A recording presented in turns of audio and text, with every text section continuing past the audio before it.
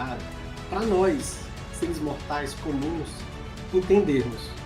Isso aqui tem uma técnica por trás, tem uma redação por trás que não vai facilitar a nossa vida, muito pelo contrário, né? Vai dificultar ela. E outra, ela não foi escrita para ser objeto de questão de concurso. Ela não foi escrita para regulamentar A, B, C, D ou E para você marcar lá no dia da sua prova. Isso aqui é um livro que traz o quê? Normas para regulamentar o que? As relações sociais que nós mantemos uns com os outros. Então tá lá no Código Civil. Se você causar dano a alguém, você tem que indenizá-lo. Ele traz as regras sociais para regulamentar a nossa vida. Tá? Então perceba, quando você for estudar legislação, a gente precisa, dentro de um universo gigantesco disso aqui, marcar, fazer grifos, portanto, de maneira inteligente. A gente precisa destacar o quê? Os pontos, destacar os pontos-chave daquilo que você leu. Então veja, eu vinha falando no começo, né, da aula. Já que não tem uma clareza muito grande e eu preciso do apoio da doutrina para interpretar a legislação, é muito necessário e útil para você entender a legislação que cai no seu concurso, que você faça as marcações na medida que você for estudando dos pontos-chave. Então, marcar os pontos-chave na medida dos estudos no dia a dia. Foi por isso que eu citei no começo. Isso aqui vai estar o quê? Como regra de ouro, inicial da aula de hoje. Isso aqui vai estar no momento de você resolver a questão, no momento de você fazer sua revisão, no momento de você estudar.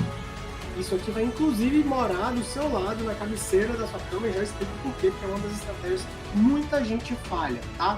Então, se você está fazendo questões, e aí você vê uma questão que envolve o artigo, por exemplo, 311, então no momento das questões,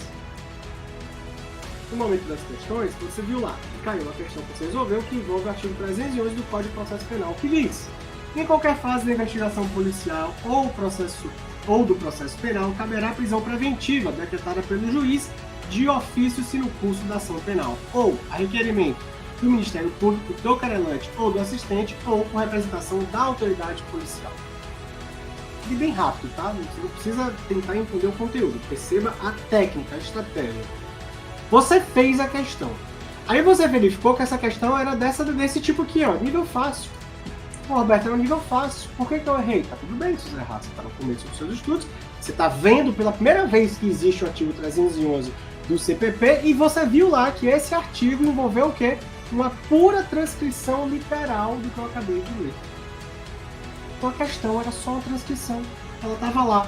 De acordo com o artigo 311, assinaram a alternativa correta. E aí tinha lá as alternativas e uma delas estava lá dizendo assim: em qualquer fase da investigação policial ou do processo penal, não caberá prisão preventiva.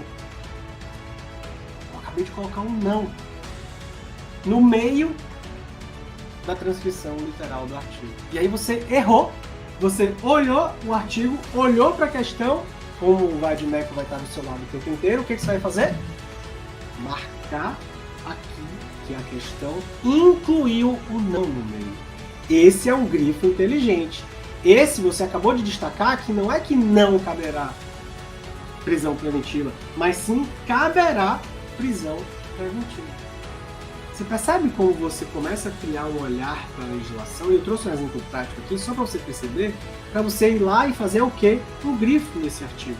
Olha, o 311 já caiu, eu preciso grifar, que nem eu aprendi na aula do Roberto, e eu preciso chamar a atenção dos pontos em que a banca muda a transcrição literal para você não cair mais na pegadinha. Então, caberá. O que você faz? Você, ó, sublinha caberá. Você marca com o marca-texto, caberá. Você circula o caberá, para você lembrar que caberá e não caberá, como traria nesse exemplo hipotético que eu acabei de citar. Isso é um grifo inteligente. Você não precisa marcar o artigo inteiro, Você não precisa grifar tudo, mas você sinaliza o que a banca mudou. Aí vamos imaginar, hipoteticamente, que mais para frente você vê uma outra questão do 311. E nessa questão 311 a banca já mudou um pouquinho e trouxe decretada pelo juiz de ofício ou não. Né? Aí de novo houve uma alteração. Então perceba, a hora de grifar é agora, na hora da questão, na hora do erro. Inclusive eu trouxe o 311 porque eu abri aleatoriamente o meu VADMEC aqui. Deixa eu até mostrar para vocês como exatamente o que eu estou te explicando é a forma como eu estudo, como eu ensino meus alunos, como eu estou te ensinando e como eu estudei. Eu até trouxe o 311, não sei se a câmera vai mostrar. Ó, que estava marcado aqui, né? E o 311 ele está justamente, ó, com a estrelinha aqui do lado. Tá vendo só? Com a estrelinha aqui do lado. Porque é um artigo que você vai começar a perceber que ele está sempre sendo o quê? Cobrado. Vamos imaginar que você está estudando. Vamos lá, né? Pegar esse artigo aqui 311, porque a gente já fica em cima do próprio assunto, que no caso aqui é prisão preventiva. Então o assunto é prisão preventiva. Então estou nos estudos do assunto prisão preventiva. Já sei que esse assunto está disciplinado a partir do artigo 311 e seguintes. Prisão preventiva vai do 311 até o 316. 311 a 316 do Código de Processo Penal.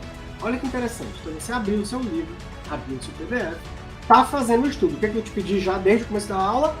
Fique sempre com o que? O VADMEC aberto do lado. E aí você começa a ler com o apoio da doutrina, do legislador, dos autores, na verdade. Você começa a compreender o que diz cada um, você começa a destrinchar o sentido da legislação, porque você está, de novo, com um sacerdote do seu lado para interpretar o que a Bíblia está dizendo para você, você não vai cometer o primeiro erro que eu já comentei. E aí está lá escrito assim, o artigo 312, 313 e 14 está falando de alguma coisa que está envolvida, por exemplo, com o princípio. Ou seja, tem algo por trás ali, tem um conceito que o legislador trouxe, mas que a doutrina quem explica. Aí nos estudos, você faz o quê? Você complementa a sua legislação. Percebe? Você vai lá e, por exemplo, estou dando um exemplo aqui, tá? Você vai lá e escreve um princípio que estava implícito naquele artigo. Olha só como você começa a fazer um outro tipo de estudo, muito mais completo e principalmente fazendo o que, galera? Olha aqui, ó, que eu citei no começo, usando associações para que você consiga o quê? Uma memorização muito maior da lei. Porque você não está mais só preocupado em acertar questões fáceis, você também está entendendo como interpretar para na hora da prova, né?